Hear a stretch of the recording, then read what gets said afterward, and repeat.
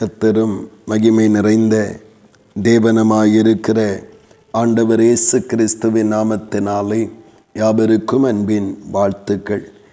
தேவன் தாமே தம்முடைய மகிமையின் நாமத்திற்கு புகழ்ச்சியாக நம் ஒவ்வொருவரையும் ஆட்கொண்டு ஆசீர்வதித்து நடத்துவாராக. இந்த நாளுக்குரிய தியான வசனம் எரேமியா 42 அதன் 10வது வசனம். கர்த்தருடைய வேலையை அசதியாய் செய்கிறவன் சபிக்கப்பட்டவன் என்று சொல்லப்படுகிறது.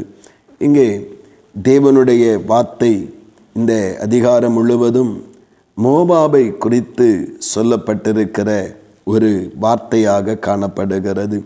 மோவாபினுடைய தகப்பனாயிருந்த அந்த லோத்து அவன் மாம்சத்தின்படியான கிரியைகளை நடப்பித்து அவன் பிரமாணத்திற்கு புறம்பான ஒரு வாழ்வை வாழ்வதற்கு தன்னை விட்டு கொடுக்கிறவனாய் காணப்பட்டிருந்தான் என்று பரிசுத்த வேதம் நமக்கு சொல்லுகிறது. அப்படியானால் இங்கே அதற்கும் இந்த வசனத்திற்கு என்ன சம்பந்தம் என்றால், ஒருவன் கர்த்தரை சேவிப்பதும் ஆராதிப்பதும் கர்த்தருடைய சித்தத்தை நிறைவேற்றுவதும் கர்த்தருடைய ஊழியங்களை செய்வதும் அது மனப்பூர்வமாக இருக்க வேண்டியது அவசியமாயிருக்கிறது.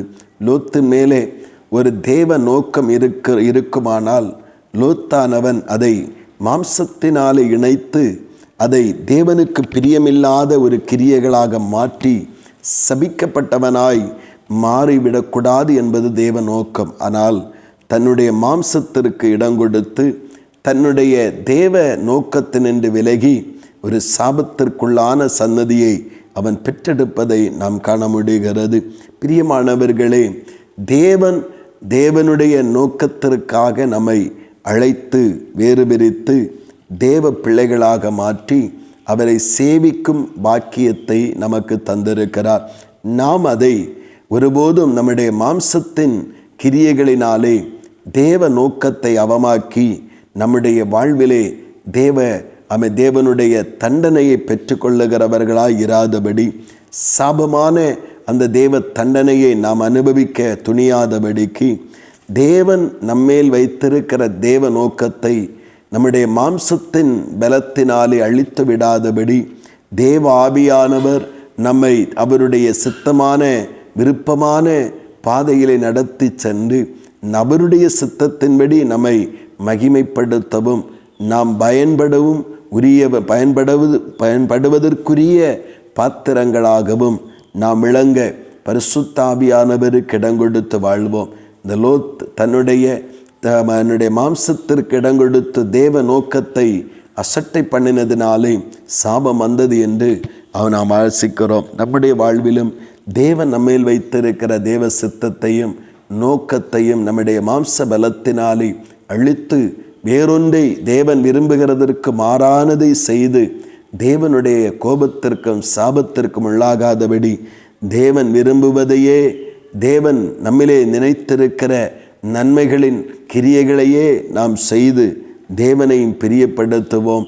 நாமும் தேவ சமாதானத்தினாலும் ஆசீர்வாதத்தினாலும் நிரப்பப்பட நம்முடைய வாழ்க்கையை நாம் தேவனுக்கு முன்பாக சமர்ப்பிப்போம்.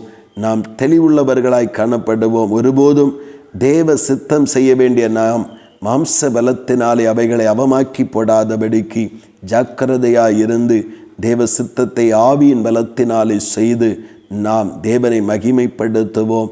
தேவன் தாமே நம்மோடு கூட இருந்து நம்மை நடத்தி ஆசீர்வதிப்பாராக. ஆமேன், ஆமேன். செபிப்போம். பரலோகத்தின் நல்ல ஆண்டவரே, பரிசுத்தமான இந்த நல்ல காலை நேரத்திற்காக உமக்கு ஸ்தோத்திரம் தகப்பனே. உம்முடைய அளவில்லாத கிருபைகளை நினைத்து உம்முடைய நாமத்தை ஸ்தோத்தரிக்கிறோம். ஆண்டவரே, தன் வேலையை அசதியாய் செய்கிறவன் சபிக்கப்பட்டவன் என்று சொல்லப்பட்டிருக்கிறது.